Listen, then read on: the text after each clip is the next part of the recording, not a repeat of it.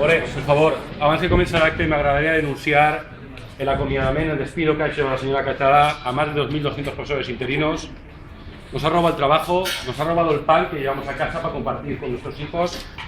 También me gustaría denunciar la retirada del bono comedor en primaria. Muchos alumnos les toca ir con un tupper. Ahora, ¿les suena el tupper, verdad, señora Catalá? ¿Les suena? Pues bueno, que sepáis, los que hemos trabajado en primaria, que muchos alumnos, la única comida que tienen, por desgracia, es la comida que hacen en los centros educativos día a día. Con la retirada del bono comedor se van a quedar sin esta comida.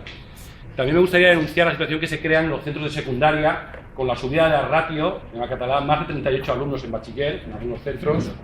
Las universidades, se ha subido la tasa, muchos alumnos no pueden acceder a la universidad, eso es una vergüenza, mientras ustedes continúan haciendo esos aeropuertos y ciudades de las luces y esos circuitos urbanos.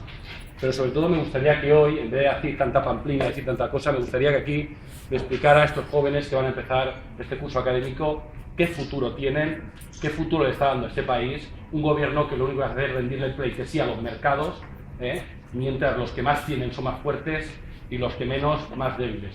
No hay cosa peor y más injusta que tratar por igual a las personas que no lo son. Y eso es lo que está haciendo su gobierno. Está tratando por igual a unos y a otros. ¿Le suena la reforma laboral? ¿Le suena, verdad? ¿Le sonará? Espero que sí. Decía el otro día en las provincias que estaban trabajando todos los profesores interinos. Mire, no. Estoy en el paro, señora. Después de 5 años de haber trabajado. De haber enviado, me han enviado donde ha hecho falta. Y yo el primero a trabajar. He faltado a trabajar 3 veces en 5 años. Por motivos médicos. Y ahora estoy aquí en el paro. Muchas gracias, señora consejera.